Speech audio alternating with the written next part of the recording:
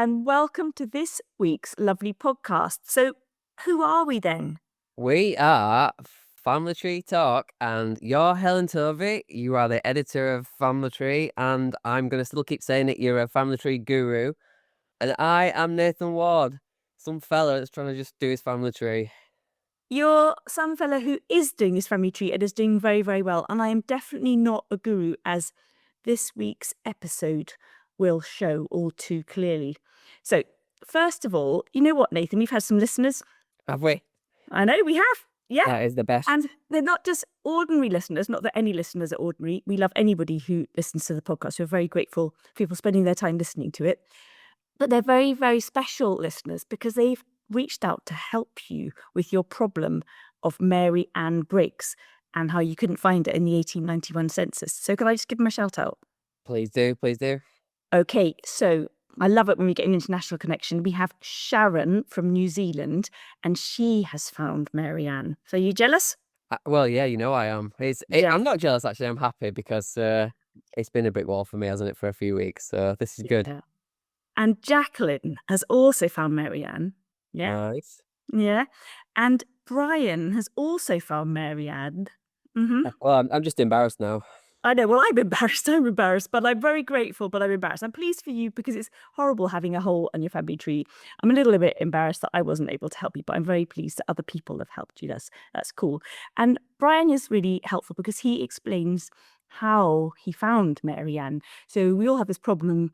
You're looking in a big record collection like the census. You can't find them. You feel sure they must be there somewhere, and usually they are, but they're disguised by a misspelt surname. It's like a classic error. So we have been looking for Mary Ann Briggs, and we had tried a few things, hadn't we?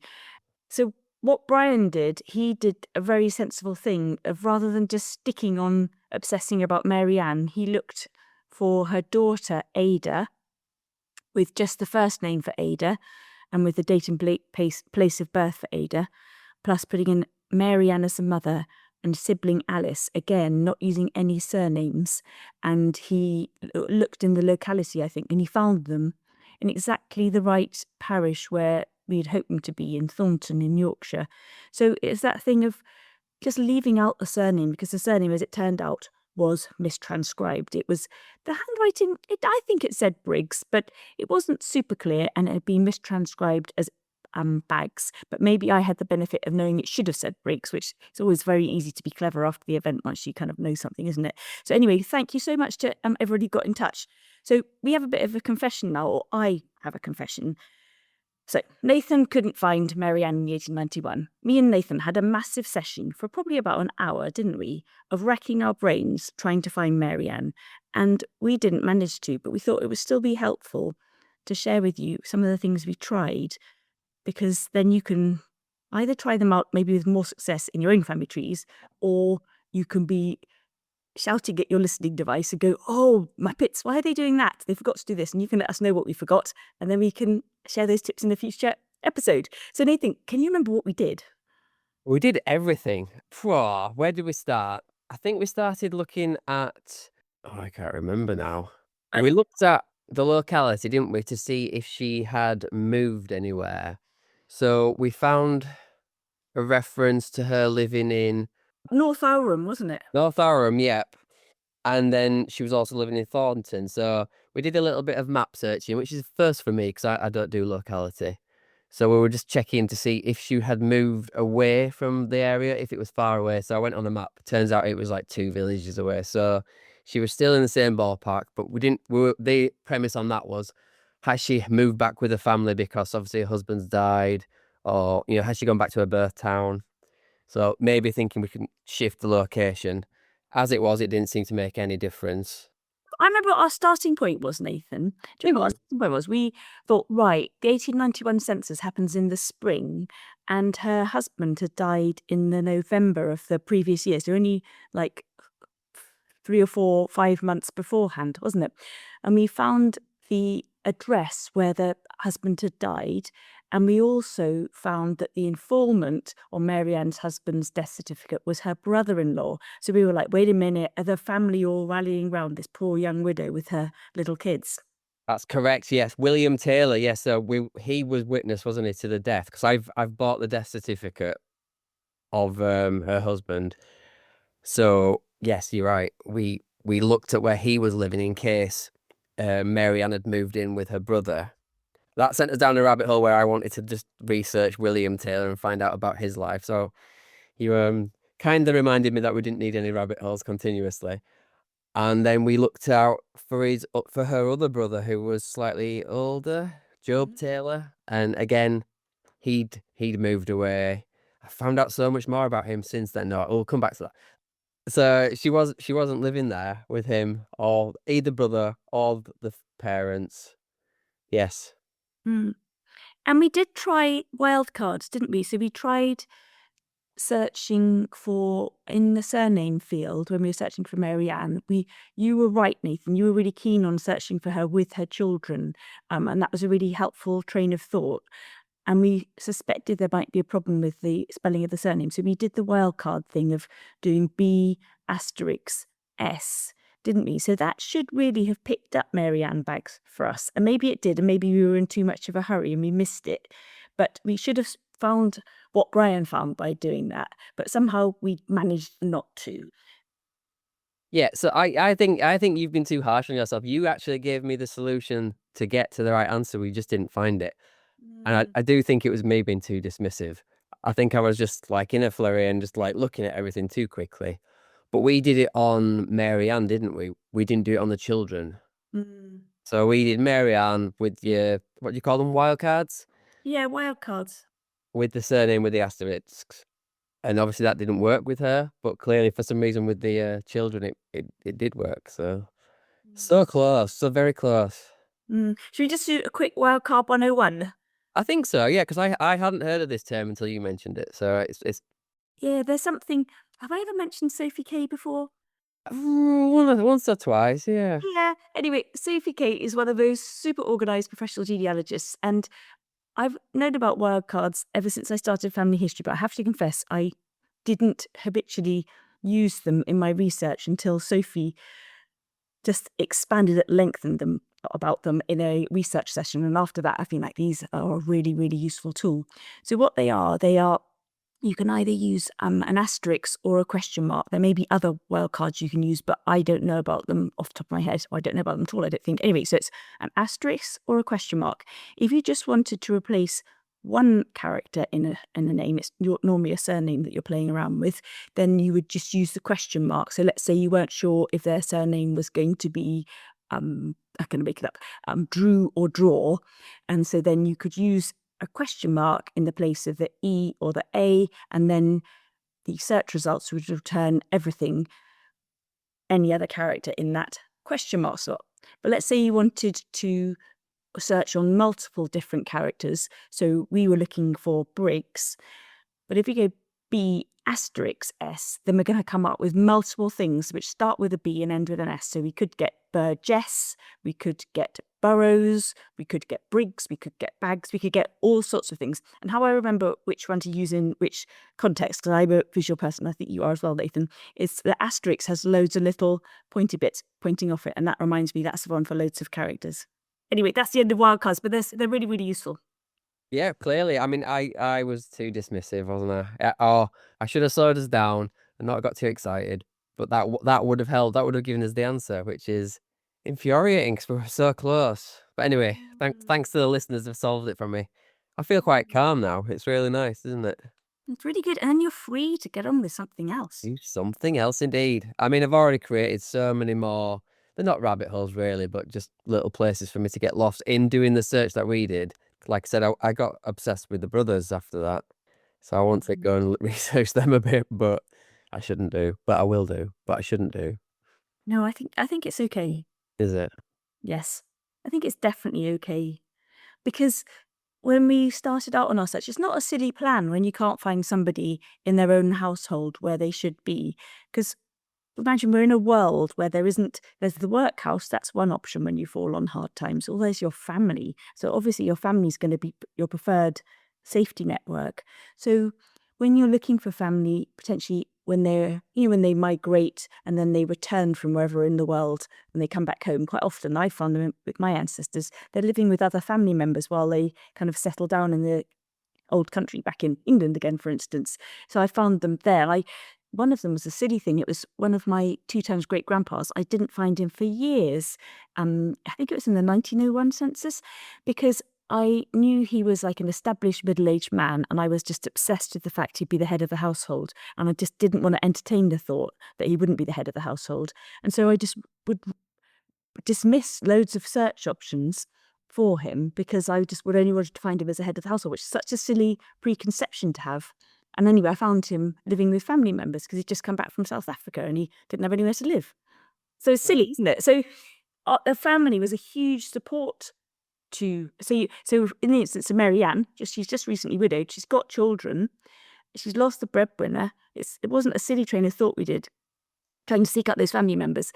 At the stage your tree was at, you knew about some of the family members and not others, but just imagine a future circumstance. The more family members you have there, the more you have an appreciation of their lived experience at that time. Those family members are part of their, like, maybe daily lives or people they correspond with. They're important to them.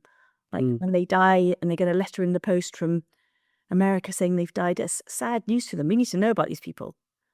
Yeah, Every reason, definitely. practical and poetic.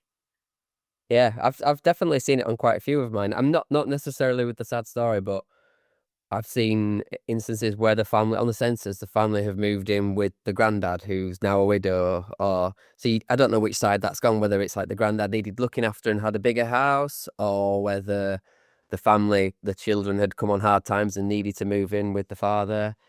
How I tell the difference, and it could be wrong, so anybody listening has a more concrete official way of finding out. So when you look on the census, if the older person was there, let's say the grandparent age person was there and listed as the head of the household, and everyone, let's say the son and daughter-in-law and all their children, vice versa, were listed below that, then my assumption would be that the older person was the person with the property or the bigger house, and they had kindly let the younger people come in to live with them, whether to help look after the older person, but it's still like the older person's kind of got the assets or the kind of the socioeconomic security or whatever.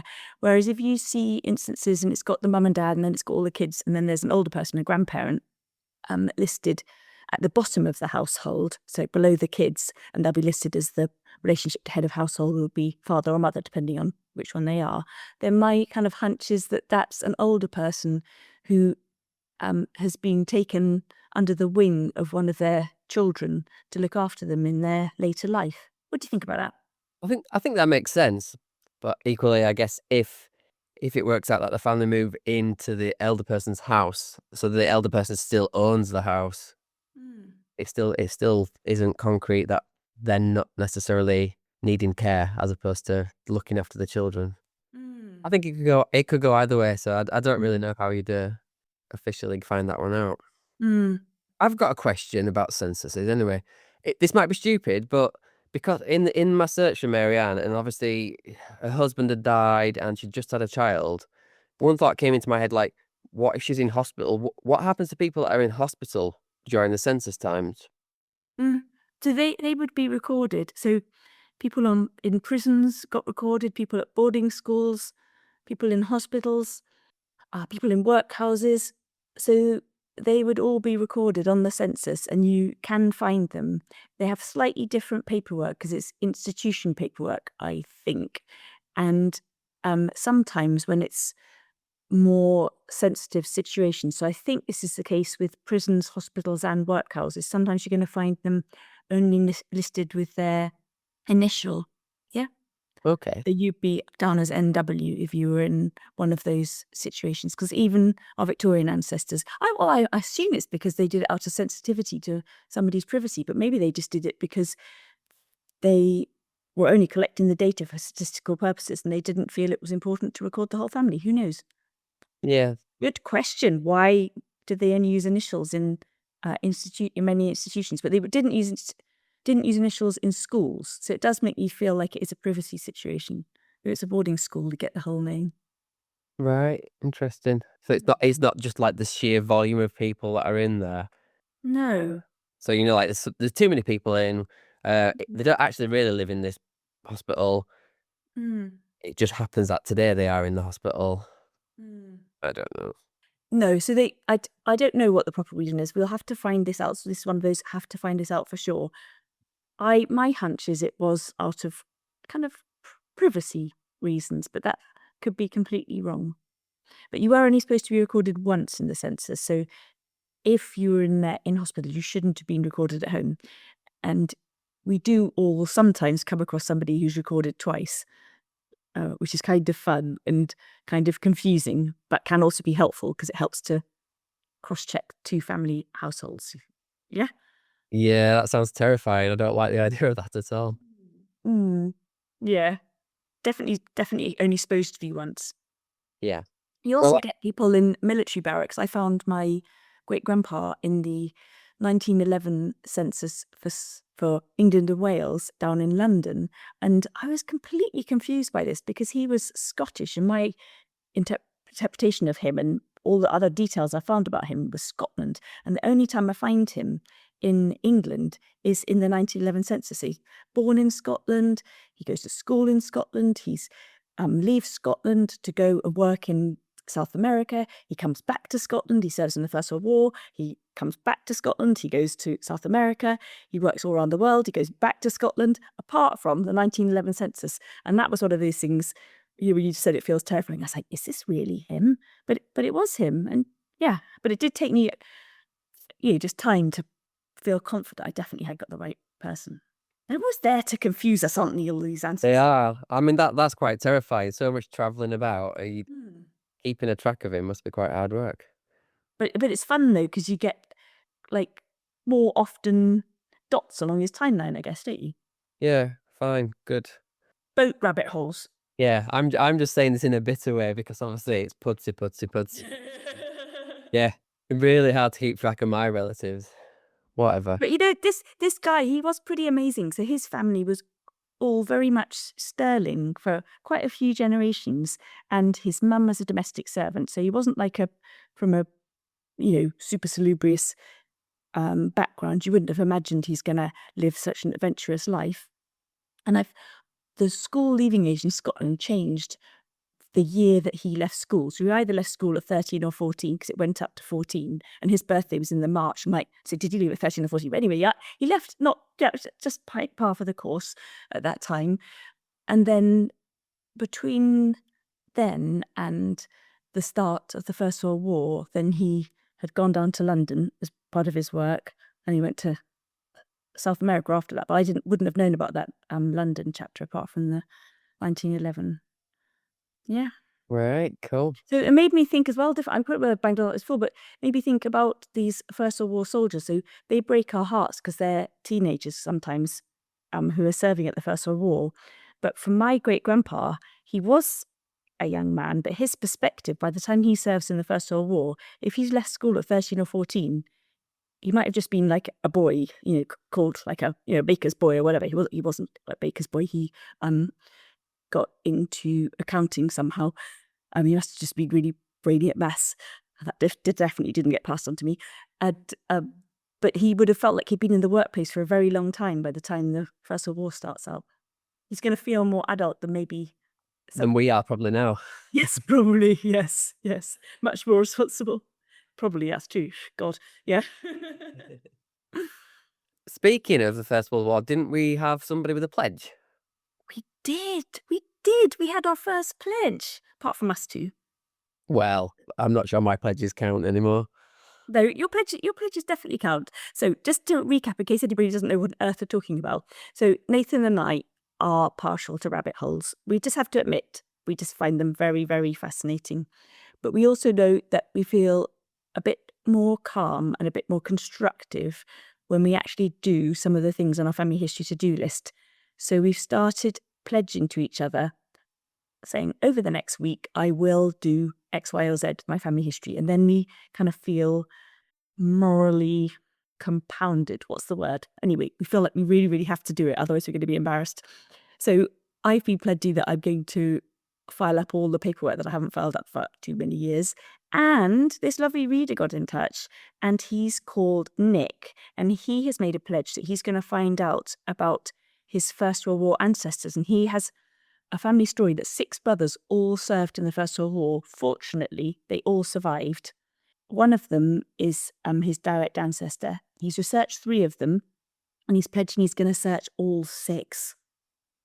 Nice. It's really nice, isn't it? That's like quite a cool time. The fact that they survived as well makes it nicer. It's nicer and harder. Yes, I guess so. Good challenge. Anyway, great pledge. Really great pledge. So if anybody else has a pledge that they'd like to make, just email editorial@family-tree.co.uk, and then we can read it out on the podcast, and then we can check in with you to kind of encourage you. No, not threatening behaviour at all, just gentle encouragement. A nudge in the right direction. And yes, exactly that. Yeah. So shall I tell you a little bit about my filing up that's been going on? Yes, please do, because this is your big pledge, isn't it? Or 50% of it. Yes, this is, well, we won't talk about the other half because that's not started yet. But the part I am doing is the filing up. And I think it's like any of those jobs. You know, when you have a job that you've been meaning to do for ages and it seems really daunting and you just can't quite make a start on it. And since I've made a start on filing up my documents, it's coming along so much more quick and easy than what I thought. And I'm soon going to have that little folder finished. And so what it was a folder of documents I say downloaded from wherever I'd found them online, put them in a folder called To Be Added to Family Tree Maker.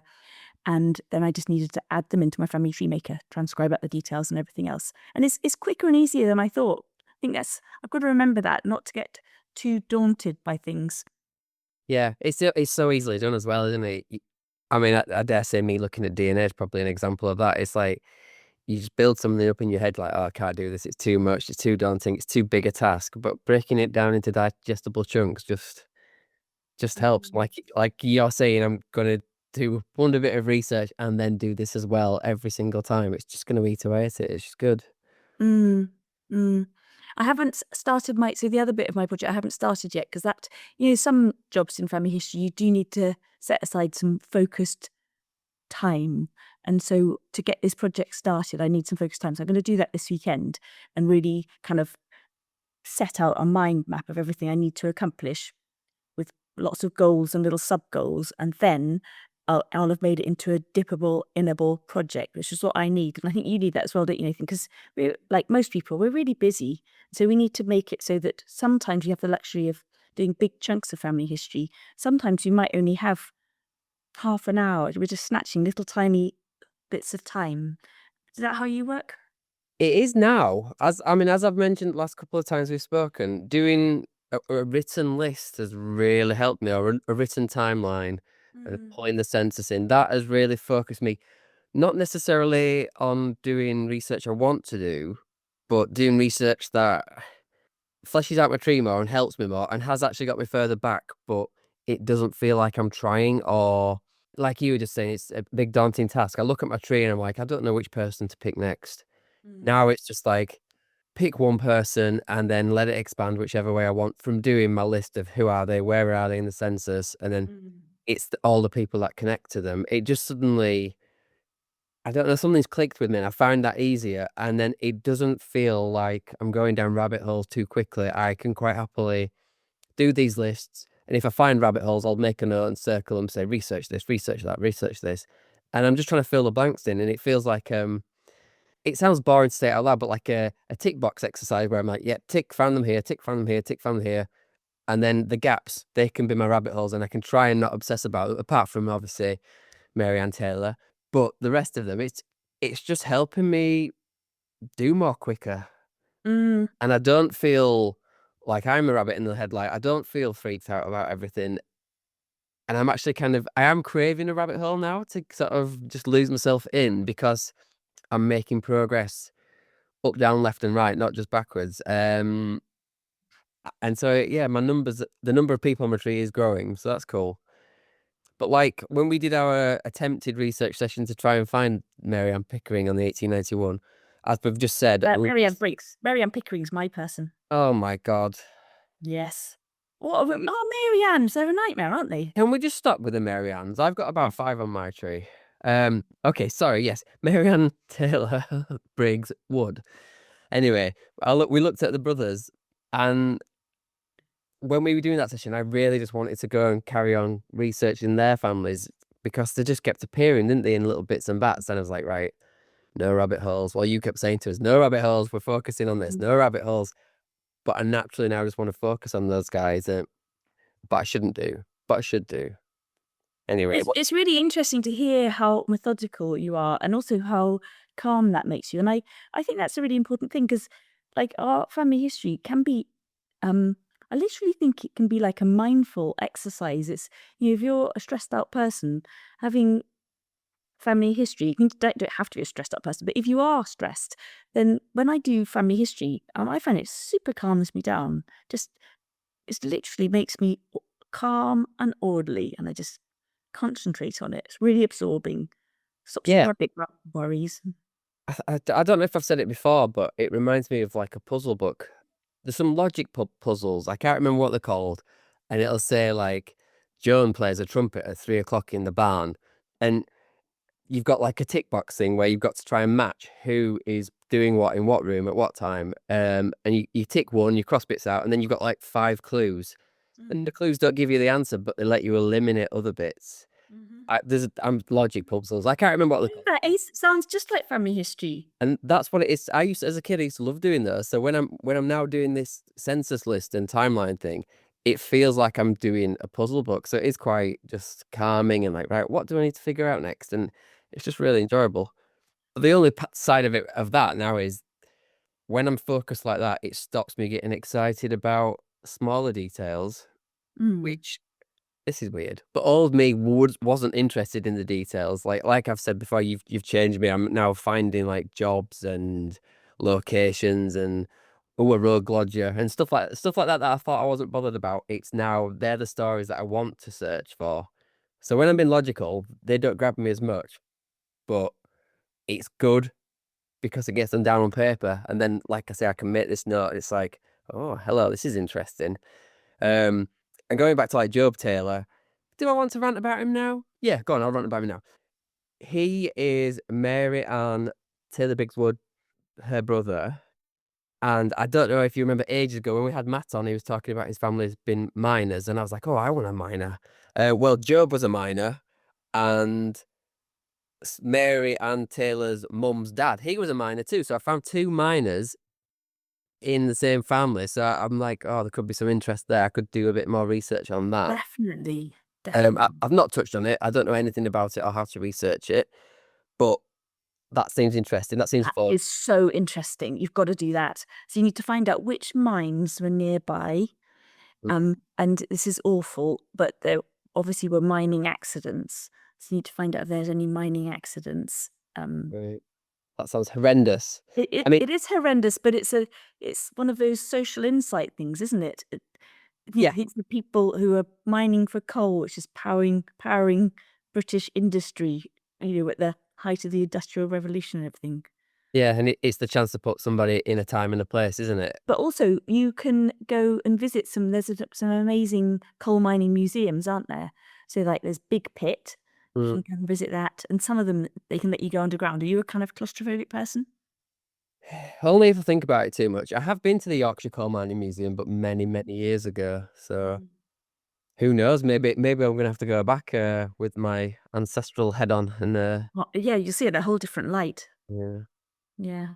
I've also found out about Job that he later in life became a pub landlord. And actually, on Ancestry, I came up, there was like transfer of deeds and stuff to do with the pub, which again, it's a new interesting document that I'd not seen. So he bought the license for a pub with 2 other people, Mm. and it was called the Fleece Inn, and it was in Mountain, which keeps coming up. It's a little village in near Is the Thornton. pub still there? Well, that's what I was wondering. I was like, oh, I could go have a pint in this pub. Oh, wonderful. Yes. I've not researched it deeply. Like I said, I was in fact gathering mud at that point. So, but Yes. I've circled it as something to look into and maybe go for a pint. So that's Yes. cool. It's really cool hearing all the different, the way you kind of label up all your different modes. So you're saying you're in fast gathering mode, you're in logical mode. And one day, this is a bit like, there's a few things we always talk about in our episodes, like research logs is something that always comes up. Sophie Kay comes up pretty often, and she talks about using the different kind of parts of your brain, like the creative parts of your brain and the logical, analytical parts of your brain. And family history is, maybe that's why it's so appealing to so many people, and we don't get bored of it, because you can deal with it. There's not a wrong way. Like, you kind of need to use a mixture of all these different parts, so it's captivating on many levels, isn't it? Yeah, and like early on, I think I felt, I want to say like a pressure, like the pressure came from myself to do it, but it was fear as well. It's like, oh my God, I don't know what to do. I don't know where to go. There's so much out there. And it's just that ability just to focus, isn't it? That really just helped me and stops me being this like excitable, crazy guy. Because I do get quite excitable about like the thrill of the chase and finding new things. It's really thrilling. But it's just that it's suppressing that urge a little bit sometimes to actually say, right, can I get the details first, and then I'll let myself be excited about it. Mm. I've definitely changed. I am a very changed person. Mm. And there's different sorts of chases we can do. Like, sometimes we're literally building our branches, aren't we? We're gathering new people to put on our tree. And if we are kind of still in the Victorian period, it can feel like you're using the same documents over and over again, like the census, birth, marriage, and death records over and over and over again, with maybe some newspapers woven into that. And then other times we can have the thrill of the chase that we've drilled down, and we're just obsessed about learning about one person's working life, or one person's childhood, or whatever it is. What was a home like in a particular period of time? Like, what sort of furniture did they have? What did they eat? How did they get their stuff? Yeah, Yeah, that's a lot. it is, but it's just, that's still really absorbing. Like, I keep trying to find. I've got lots of ancestors who love sewing, and I love sewing, and so I do always love just trying to kind of flesh out that little bit of their lives. And I've spent ages trying to find out, how people got their threads before there were the big thread companies. You could buy formal threads for doing your sewing, because everyone's hand sewing their clothes. Not everyone, but most people are hand sewing their clothes, aren't they, at home? And it's like just that evolving picture. So before you could go to the haberdasher and get your threads, where did you get your threads from? It's been quite bugging me. So apparently it was from like markets and people hawking and things like that. I just don't feel satisfied I've got a concrete enough answer, but it's a little micro rabbit hole. That's a really, really minuscule detail that you're searching for there. Yeah, the way you search just baffles me sometimes. Like, not, I don't mean that in a negative way, but you're so like into the history and the culture and their lives. Like, that is like, oh, which shop did they go to for their apples? But the thing is, I think what changed me is, so I have had family history for a while, and when you first start doing it, then, or even at any stage, you can feel like you found out a lot. But it's so I'll be really excited, and I'll be trying to tell my family, so either my mum or dad, or my siblings, or my children, about something I found out, and then they'll ask me questions, and it will make me realize that I don't really know what their lives were like, and I don't really have a full understanding. I can't paint a picture for them of what these people's lives were like. So that's made me want to find out, and not give them like an airy, well, things were different in the past, but they lived at number 39, because my family they want to know what number 39 was like. Yeah, they want all the details. So I'm like, okay, I'll find it out. Yeah, which I shouldn't be. It doesn't make me panic. I actually love finding it out, so it's no problem. But I find that a really cool thing as well, because maybe my family have a kind of fanciful storytelling mind, but they all, whether they're people any generation, we all like the stories, yeah. Mm. And they like to be told a story, so a factual story. Don't want a made up story with lots of surmise and twisted truths in it. They want a true story, so something based in fact. But they do like to have a picture painted for them. I love it. It just seems really involved, though. I just can't see myself getting to that level. I will do. You will. your like historical knowledge and social context and stuff is just brilliant though. Like I'll say I'm searching for so and so in this year, and to me it's just a year, and you're like, oh yeah, this is happening and that was happening, and they could possibly have this happen to them. It's like, wow, yeah, you've suddenly changed that name and that date into actually a fleshed out real person who is living and trying to survive in a certain situation. It's brilliant. Well, my knowledge isn't brilliant, but thank you. But I do think it really adds to our story, it adds to our understanding, doesn't it?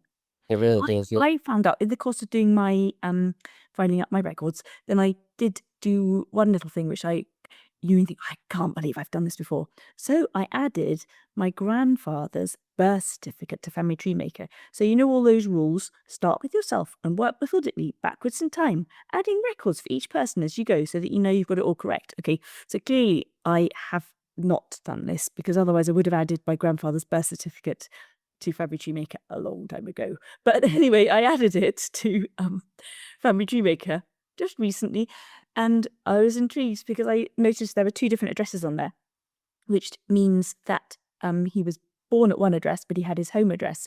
So this is really cool to me because he was born in 1920, and so we're seeing that the changeover of people not always being born at home, people more and more, and you get them in the Victorian period as well, like the lying in hospitals, so or maternity hospitals. So he was obviously born in some sort of maternity unit of some kind. So I found the address and it's 24 Marmaduke Street in Liverpool, and I'm now trying to find out about that maternity hospital. I found out it's now Student Digs, but All right. yes, And of course, you're trying to find out about it. I've got to find out what it was like being born there in 1920. So I will do that. It's just a tiny rabbit hole, but I think that's one of the things that. So I've got 2 adult daughters, so they're interested in babies, and they'll be interested in where their great grandpa got born roughly a century ago. Suppose maybe I'm getting there because I like drinking, so I'm interested in pubs. So Really? go to visit this pub. That'd be interesting. And I mean, people always talk about, don't they, how beer's got stronger and stronger, and wine has as well, hasn't it? Even in our drinking lifetime. Yes. I can't remember. I can remember. I've been drinking for so long. I can remember when wine used to be like 9%, and now loads of bottles of wine are 14%. It's like, what's Right. going on there? Tolerated. Student, I now sound like I'm actually Victorian, but when I was a student, wine would be like 9%. Now it's cider can be 7%. Yeah. I know. Well, we've all got a lot to forget about, don't we? Hmm. Hmm. But anyway, we've got family history to distract us from anything that's too depressing. Yes. Just quickly, we had another person get in touch asking where the tree rating was on Ancestry. Oh, tree ratings. You love talking about this, don't you? Just I do, yeah. So I just to clarify, in case anyone did want to know, or it's fairly straightforward. You click on your tree when you're in Ancestry, and you click on your tree name, and then it should just appear at the top of your tree. But the only reason I'm mentioning this is because if people are looking for it and can't find it, it might be they don't have enough people in their tree yet. Because I think you need over 100 people in your tree before it appears. really interesting. I didn't know that. I might be wrong, but mine didn't appear for a while, and then suddenly it was there, and obviously now I'm a monster for it. Did I mention them at 9.8? Anyway, well, Goodness, she's such a show off. She says bitterly. No, you didn't. Well done, Nathan. I'm very well done, happy for me. you. What a waste of time. I'm still languishing in the 8s. I'm just being all nonchalant, and I can't remember what point I am. I can look it up. Shall I quickly look it up? Roughly 8 in the middle of the 8s. It doesn't really matter what it is, though, does it? It's as long as you're enjoying yourself. No, it doesn't matter, but it's as far as I can understand from what you're doing to get your tree rating higher, you're having to add more and more sources. So it's a really good thing from that perspective, isn't it? To make people's trees be more verified.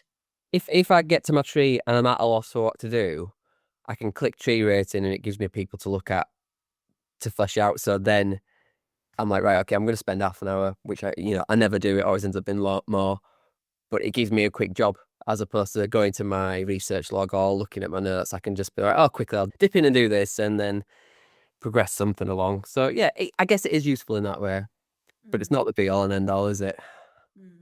He tells himself looking for 9.9. I think I love the way you're using it. I think it's good, and And also, it is nice sometimes to have somebody else take charge.